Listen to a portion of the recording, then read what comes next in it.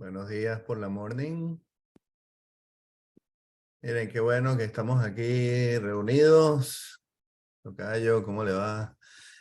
Miren, por aquí, gracias a Dios, estamos bien. Como todas las mañanas, de lunes a viernes, estudiando la palabra, eh, cantando, orando, riéndonos, amándonos. Bien bonito, bien bonito. Ya tenemos esto por costumbre.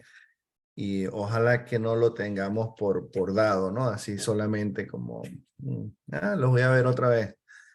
Tenemos que a mí me impresiona mucho siempre esta cuestión de que estamos desde abajo, desde Chile, hasta aquí en el norte de América y en un rato vamos a estar también en Canadá. Entonces, es una cosa impresionante esto, que nos podemos ver con esta normalidad, podemos decir, todos los días. Pero entonces seguimos estudiando la palabra. Estamos en Números, libro de Números. Estaba leyendo esto, estudiando, escuchando a mis hermanos en estos días que hablaron de los primeros 5 capítulos. Y lo que me he dado cuenta es que, por supuesto, como la Biblia dice, la palabra es viva y eficaz. Estamos allá en Hebreos 4:12. La palabra es viva y eficaz. Nosotros vamos leyendo las escrituras, sobre todo escritos tan antiguos como estos, y, y los adaptamos a nuestra época, porque es lo que nos interesa, es a nosotros. Por ejemplo, hablamos repetidas veces, una frase muy común, hablar de sombras, de ecos, reflejos de Jesús, que el escritor o la gente que estaba leyendo esto no tenía. Ellos no estaban leyendo el libro de Números como lo leemos nosotros. Por ejemplo, algo muy sencillo es el nombre del libro. Para los hebreos, el título del libro es En el desierto, porque es la primera frase del libro. Y ellos lo llamaban así. Resulta que cuando se traduce el Antiguo Testamento de hebreo al griego, que es la Septuaginta, entonces ahí es donde ponen el nombre de Números. Y ese es el que tenemos ahorita. Entonces, que se nos refiera a este número con otro nombre nos parecería raro. Vamos a ver el número, el capítulo 6 del libro En el desierto. Bueno, nosotros no sabríamos ni de qué se está hablando. Pero para la gente que estaba aquí en este contexto, en la historia, para cuando el libro fue escrito, era distinto. Era distinto. Entonces, yo quiero que nos metamos un poquito, es muy difícil, eso es muy complicado, meternos nosotros en el ambiente, en la manera de pensar, en la cultura, en lo que estaba sucediendo de esta época. Nosotros estamos aquí ahorita, en todos nuestros países donde estamos aquí hoy. Entonces, por eso es que sacamos información como que si Números hubiese sido escrito para nosotros algunas veces, o tratando de meterlo en un contexto inclusive teológico que va de acuerdo con nuestra época también. Pero entonces, no nos podemos olvidar que el libro de Números está metido en un compendio de libros. Son 5. Y ellos están ahí entrelazados por palabras, por historias, por acontecimientos, por cosas que están pasando. Ese capítulo 5, he estado leyendo, estas son teorías, ¿verdad? También. Pero entonces,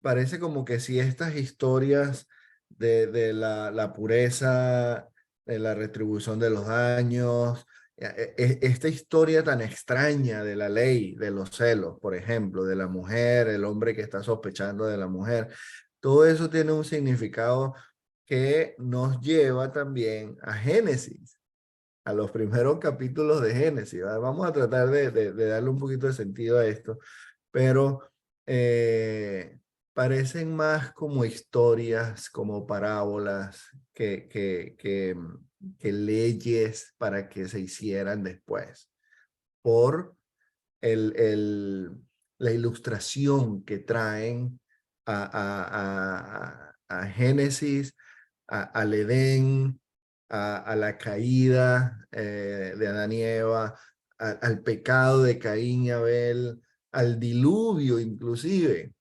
Porque, por ejemplo, en esta ley de los celos, la mujer, una de las cosas que pasa aquí es que se derrama el agua. El agua es la que es sagrada, dice en el versículo 17, pondrá agua sagrada en un recipiente, echará un poco de polvo en el suelo del santuario.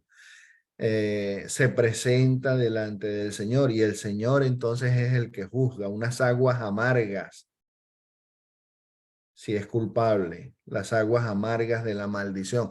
Acuérdense que el agua fue la que limpió la tierra después de perversión primeramente sexual, allá en Génesis 6. Entonces, todas estas historias nosotros las agarramos, claro, como que si es así, es para nosotros ahorita, pero tiene otro sentido, puede ser un poquito diferente. Fíjense el orden cuando estamos hablando todo de estos números del 1 al 6, ¿ok? Más o menos un recuento. Entonces está Dios en medio del campamento y no solamente por la imagen, porque podríamos inventar cualquier cosa, pero es el vocabulario, las palabras que tampoco tenemos nosotros a nuestro alcance por la traducción, por el idioma en que se pierde un poquito. Pero resulta que el tabernáculo de reunión está en el medio. En el tabernáculo está el lugar santísimo, ahí está Dios. Esa es la presencia de Dios. Dios es el que provee, Dios es la fuente de vida.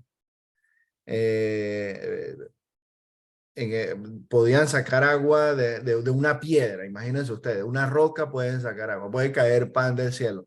Todo eso es porque Dios está ahí. ¿Ok? Pero entonces también Dios es el protector. Hemos dicho en estos días varias veces que el pueblo está alrededor para proteger el tabernáculo. A mí me parece que es lo contrario. Dios es el que protege a su pueblo. Dios no necesitaba que el pueblo lo defendiera.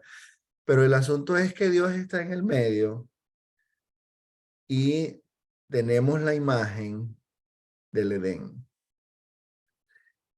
Entonces, en el paraíso del Edén, que es un sitio dentro del Edén, está el árbol de la vida. Y ese es el árbol que provee todo lo que necesitaban estos dos allá. Entonces Dios viene voluntariamente, se planta en el medio del campamento. Dice Eva cuando estaba hablando allá con la serpiente, no, bueno, no podemos comer, pero del árbol que está en el medio del jardín, es que sí podemos, sí podemos. Entonces ahí está, y está Dios supliendo las necesidades de la gente. Fíjense, por ejemplo, los primeros capítulos que dijo Ember ayer, los números, ahorita se me olvidaron, son casi 1 millón de personas, yo creo, no me acuerdo. Pero es un gentío que también nos recuerda cuando Dios les dice, mira, llenen la tierra, multiplíquense. Entonces ellos llegan a este estado aquí en donde ya son un gentío, ya no son dos. Es bastante gente. Entonces cuando el hebreo viene leyendo esto, esto es la enseñanza de la Torah es para pensar, para meditar, para aplicar en su vida, ¿no? Entonces nos encontramos con un campamento en donde Dios está en el centro, pero en realidad lo que es un oasis en el medio del desierto. Entonces ahí viene otra vez la importancia del nombre. El libro es en el desierto. Ese es el comienzo, eso es lo que cuenta el libro y eso es la intención del escritor. Entonces, Dios, cuando estamos cerca de Dios, es cuando nosotros tenemos que aplicar esas leyes en el que si alguien se contamina o peca, tiene que ser exiliado. Y eso fue lo que pasó en el Edén. Entonces, cuando Adán y Eva pecan, Dios los saca. Si tú tienes cosas en la piel, tienes manchas, tienes erupciones, sarpullidos, cosas de esas, tienes flujos, eh, tienes contacto con un muerto, entonces eres impuro. No pecador, pero impuro ceremonialmente. Entonces, eso es un contacto entonces con la descomposición. Eso es lo que está pasando ahí. Es como darnos cuenta que somos temporales. Ya no estamos allá en el Edén, de todas maneras. Entonces, estamos en contacto con lo que se está descomponiendo, con la muerte. Y tienes que ser excluido. Si pecas, tienes que ser eliminado. Entonces, todo esto que está pasando aquí en Números nos está recordando de la santidad de Dios, del poder de Dios, de la protección, de la provisión, y sobre todo entonces que Él está ahí. Todo el mundo tenía acceso al tabernáculo y Adán y Eva entonces también tenían acceso al árbol de la vida, ¿verdad? Entonces, eso es más o menos, hay muchos detalles, muchas cosas, pero eso es más o menos el contexto ahí de lo que está pasando. Entonces, llegamos al capítulo 6, porque hoy nos toca el capítulo 6. Y de repente nos encontramos con este tipo de orden, se puede decir, que son los nazareos. Entonces, mira lo que dice el versículo 1. Estamos en número 6, versículo 1.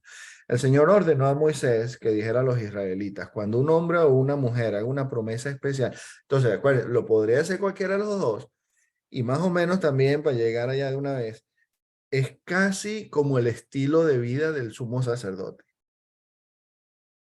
Entonces, ellos no iban a ser sumos sacerdotes, no podían, ¿no?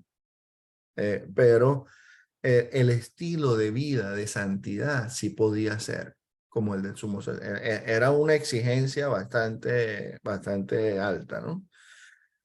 Perdón, cuando un hombre o una mujer en una promesa especial, una promesa que lo consagra el Señor como un nazareo, deberá abstenerse de vino y de otras bebidas fermentadas. Entonces, ¿se acuerdan de algo que pasó con el vino?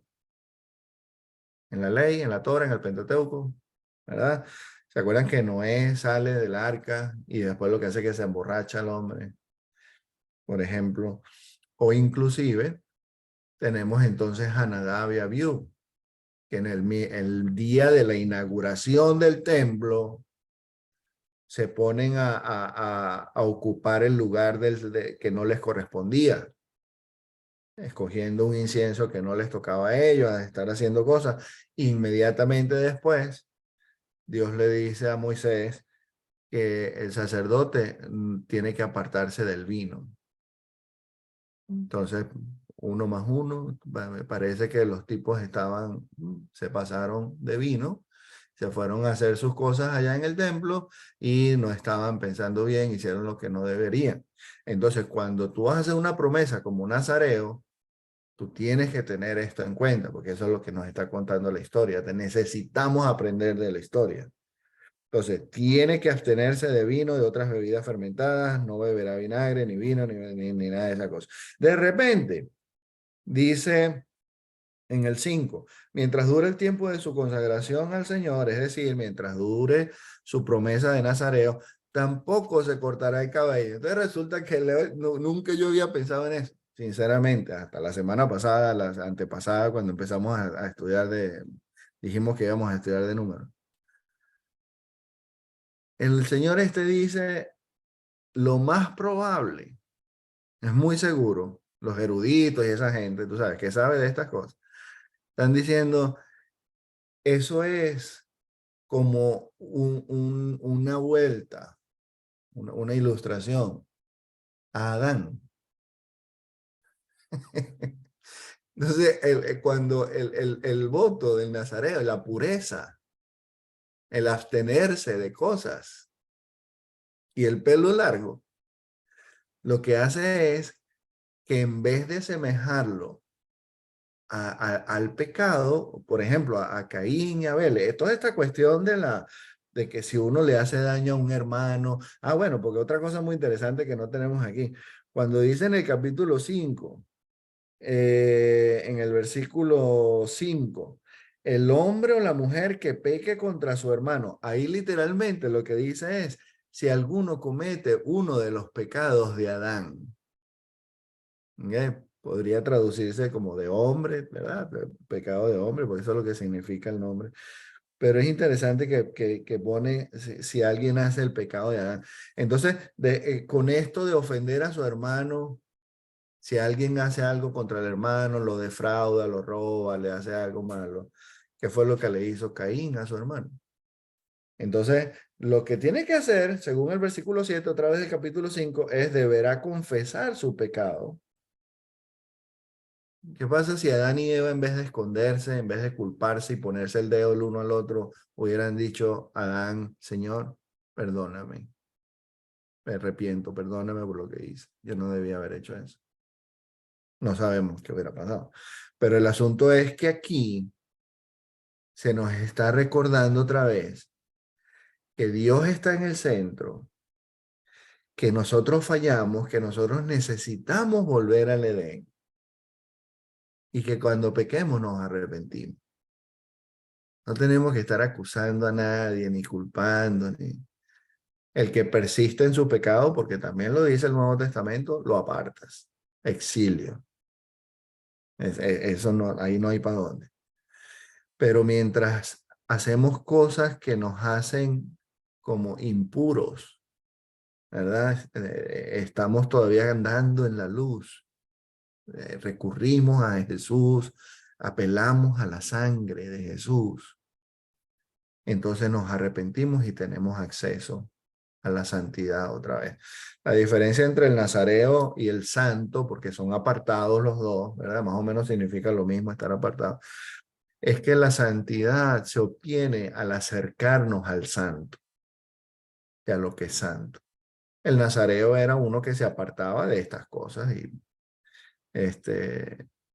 era santo en ese sentido, pero entonces el asunto con el pelo largo me pareció muy interesante, quizás así, quizás no, pero es como una ilustración que lo hacían los profetas, ellos ilustraban sus enseñanzas.